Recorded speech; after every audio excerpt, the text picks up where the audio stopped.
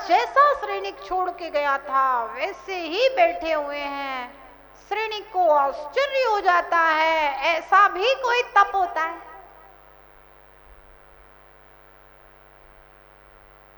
ऐसा भी कोई तप है? और आंखों से अश्रु की धारा बहने लगती है। चेलना सांप दूर करती है और उसके साथ में सेवक भी साथ में होंगे यथा योग्य। मुनिराज उपसर्ग दूर होकर हुआ समझ करके ध्यान विसर्जन करते हैं और चेलना और श्रेणिक को एक जैसा आशीर्वाद देते हैं। भव्यात्मा, इतनी समता तो हो,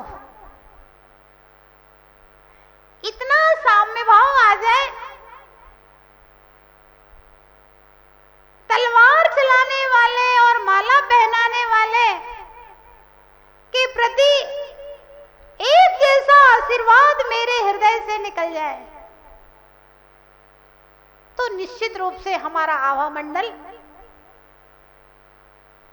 पवित्र आभा मंडल होगा। वहां क्रूर से क्रूर व्यक्ति आके भी शांत होकर के बैठ जाएगा। ये होता है परिणामों का प्रभाव। यहाँ तीर्थंकर भगवान का जन्म होता है, वहां इंद्रों के यहाँ वाद्य यंत्र बजते हैं। यहाँ का प्रभाव वहां जा रहा है। भावों का प्रभाव, परिणामों का प्रभाव पड़ता ही पड़ता है, बच नहीं सकता। जैसा हम जिसके बारे में सोचते हैं वैसा प्रभाव दूसरे के ऊपर पड़ता ही है।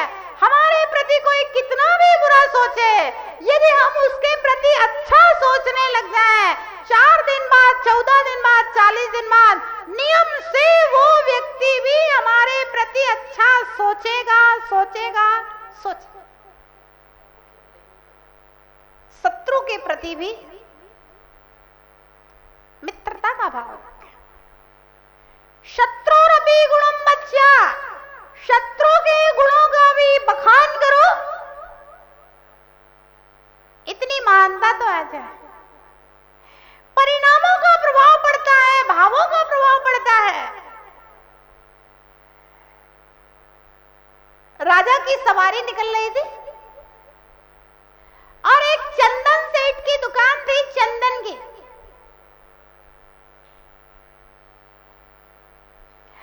राजा की सवारी निकट आ रही थी। चंदन सेठ ने देखा कि आज राजा की सवारी आ रही है। बढ़िया फूल मंगा करके राजा को भेंट किए और राजा की आरती उतारी, अपनी दुकान में आ गया। सवारी निकल करके राजमहल पहुंची। राजा ने मंत्री से कहा, मंत्री जी, जो रास्ते में चंदन सेठ की दुकान मिली थी ना, एक काम करो, उसकी दुकान में आग लगवा दो। बोले महाराज कारण? बोले कारण वारण कुछ नहीं, जो कह दिया उसे कह दिया, उसकी दुकान में आग लगवा दो। मंत्री विचार में पड़ गया कि निर्दोष प्रजा किसी की दुकान में आग लगवाना राजा का कर्तव्य नहीं है, लेकिन राजा की आज्ञा। मंत्री ने एक सेवक को भेजा चंदन सेठ की दुकान पर और कहा कि तुम्हारी दुकान में जितना भी चंदन है वो पूरा का पूरा चंदन राजमहल में पहुंचा दिया जाए। सेठ ने पूछा क्यों भैया?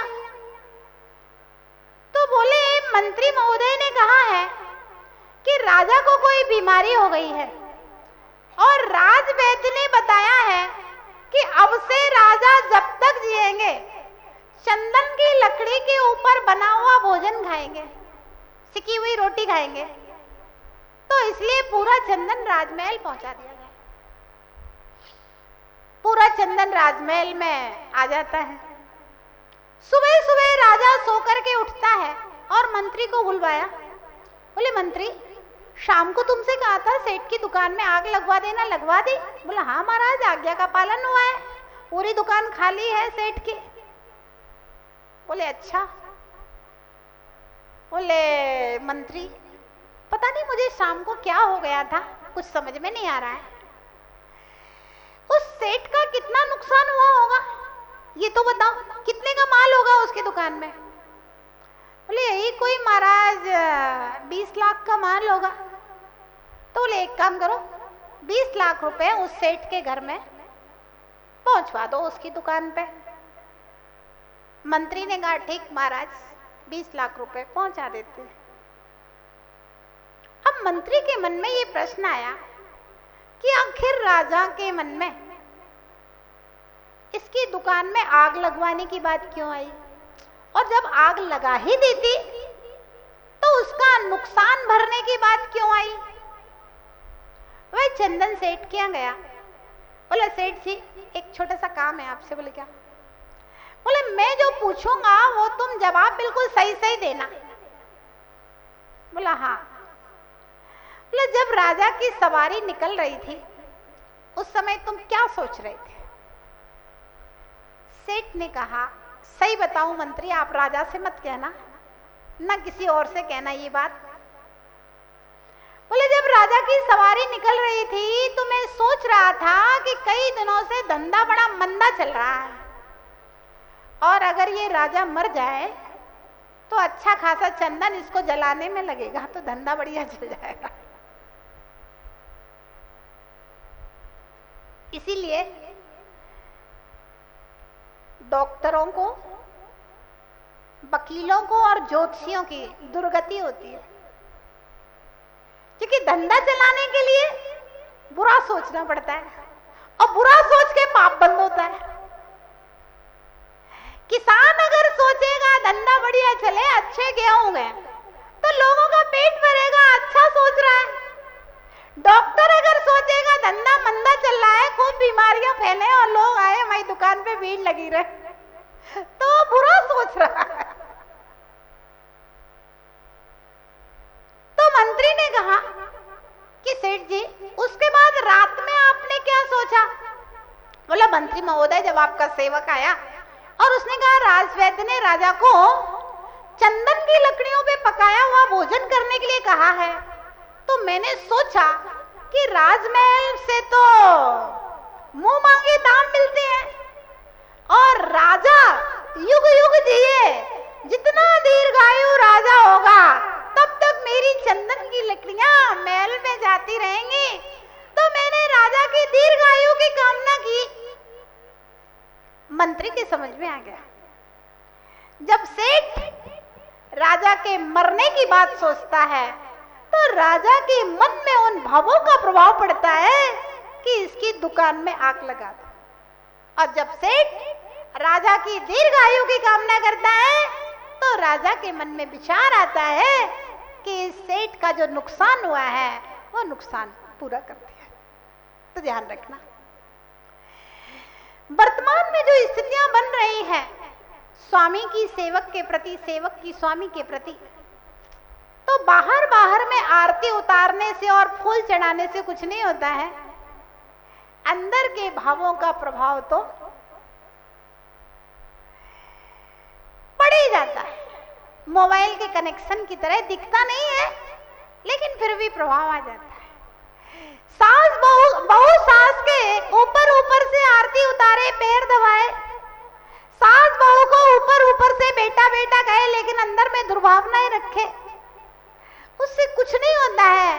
अंदर में यदि हम दूसरे के प्रति अच्छा भाव करेंगे तो उसके अंदर भी हमारे प्रति अच्छे भाव पैदा होंगे। हम अंदर से विशुद्ध बनेंगे तो हम बाहर से सब कुछ अच्छा बन जाएगा। तो कहाँ है जो तो को कांटे बुए, ताहे बोए तो फूल, तोए फूल के फूल है, ताको है त्रिशूल। जो हमारे लिए बुरा भी सोचे ना, हमें उनके प्रति भी अच्छा सोचना चाहिए। अपन क्यों किसी का बुरा सोचे? नीति कहती है कि प्रेम सबसे करो, प्रेम सबसे करो, सबसे प्रेम करना चाहिए, सबसे मित्रता का भाव रखना चाहिए। मैत्री भाव जगत में मेरा सब जीवों से मित्र है। प्रेम सबसे करो लेकिन विश्वास कुछ पर करो, सबके ऊपर विश्वास नहीं कर लेना, नहीं तो दिक्कत में आ जाओगे। विश्वास नहीं करना, प्रेम करना, और बुरा किसी का मत करो। बुरा तो चाहे शत्रु हो, मित्र हो, कोई भी हो, किसी का बुरा सोचना ही नहीं चाहिए। सोचने वाला हमेशा बुरा ही होता है। बुरा सोचने वाला कभी अच्छा नहीं हो सकता। इसलिए कभी भी जीवन में बुरा किसी का नहीं सोचना चाहिए, लेकिन विश्वास सबके ऊपर नहीं करना चाहिए और मैत्री भाव, प्रेम भाव सबके प्रति रखना चाहिए। इस नीति से हम जिंदगी जिए, अपने परिणामों के संक्लेश को दूर करें, विशुद्धि पैदा करें और अपनी लेशाओं को, अपने भावों को अशुभ से शुभ की ओर ले जाएं। जय बोले महावीर भगवान की। संसार में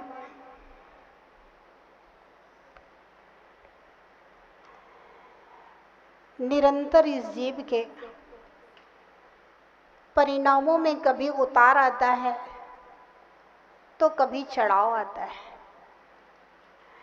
जैसे सांप सीढ़ी का खेल होता है, मालूम चला कि एक से गोटी खेलते खेलते 99 पर एक बहुत बड़ा सांप होता है जो सीधा 10 के ऊपर ला करके पटक देता है।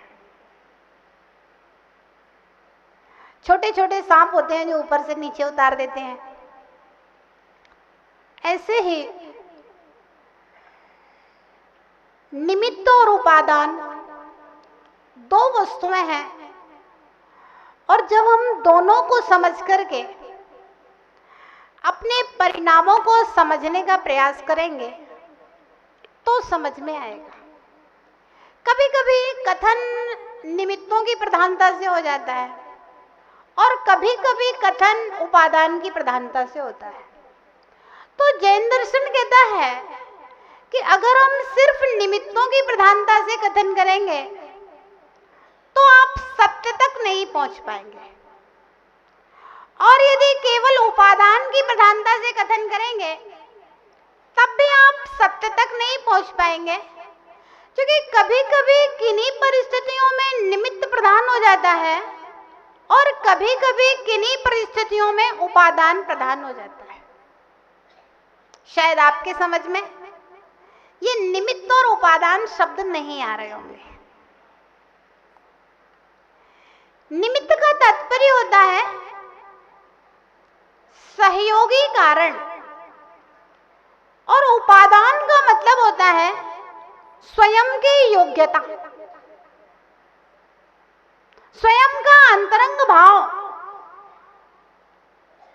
निमित्त से तात्पर्य है, जैसे मान लीजिए किसी ने आपको गाली दे दी, अब वो गाली आपके क्रोध उत्पन्न करने का निमित्त हो गया।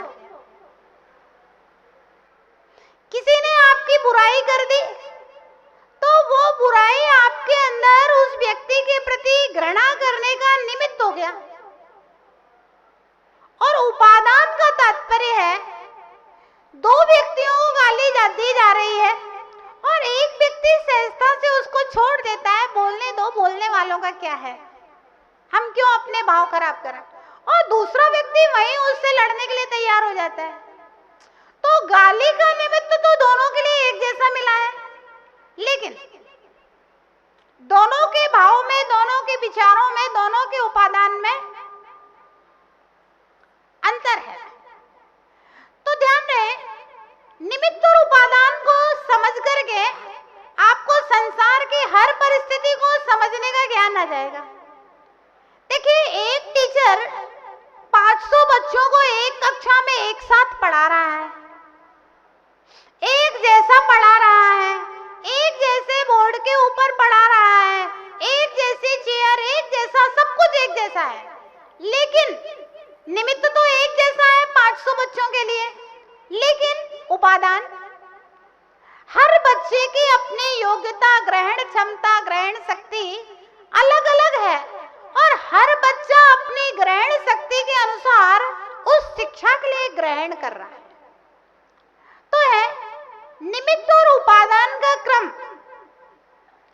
तो विशुद्धि में निमित्त भी काम करते हैं और संक्लेश में भी निमित्त काम करते हैं, लेकिन निमित्त होने के बाद में भी मेरा उपादान कैसा है, ये बात बड़ी महत्वपूर्ण है। जब हम चरणालयों की चर्चा करते हैं तो अक्षरी महाराज कहते हैं रक्षा करना चाहिए अपनी, सत्संगति को प्राप्त करना चाहिए, सज्जनों के साथ उठना बैठना वार्तालाप करना चाहिए, जिससे आप अपने आप को संभाल सकें, आप बुरे निमित्तों से दूर रहो। लेकिन जब समयसार के पास आएंगे भगवान दास जी, तो क्या कहेगा समयसार? समयसार कहेगा कि आप संसार को नहीं बदल सकते हैं, आप अपने आप को बदल करके रखिए। वह ससुर सिर के ऊपर जलती हुई सिगड़ी रख रहा है, समयसार कह रहा है आप अपनी आत्मा के ध्यान में लीन हो जाइए, क्योंकि शरीर अलग है और आत्मा अलग है। ये जलती हुई सिगड़ी सिर को जला सकती है, तुम्हारी आत्मा को नहीं जला सकती। वह कुरियोधन युधिष्ठिर आदि 5 पांडवों के लिए लोहे के आभूषण लाल लाल करके पहना रहा है, और पांडव पुराण में लिखा है कि जैसे गीली लकड़ी जलती है तो धुआं निकलता है, ऐसे ही उन 5 पांडवों के शरीर में से धुआं निकल रहा था। समयसार क्या कह रहा है? समयसार कहता है आत्मा अलग है और शरीर अलग है। इन आभूषणों की अग्नि से शरीर जल सकता है, आत्मा नहीं जल सकती। आप शरीर का आश्रय छोड़ करके अपने शुद्धात्मा का आश्रय ग्रहण कीजिए और शुद्धोपयोग में आत्मा के शुद्ध स्वभाव शुद्ध ज्ञान दर्शन में लीन हो जाइए। ये समयसार कह।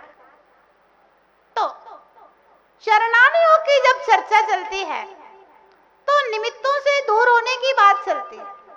अब शरणार्थ योग से निमित्तों से दूर हो गया, घर गृहस्थी को छोड़ करके जंगल में चला गया, सब आरंभ परिग्रह छोड़ करके मुनि हो गया, इसके बाद में भी वहां निमित्त पहुंच रहे हैं। अब क्या करें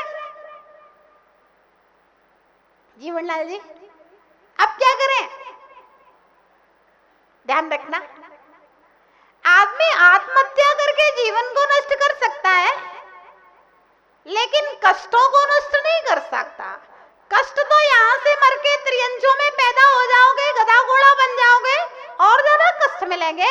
नरकों में चले जाओगे, और ज्यादा कष्ट मिलेंगे। अरे नष्ट ही करना है तो कर्मों को नाश करने का काम करो, कष्ट नाश हो जाएंगे।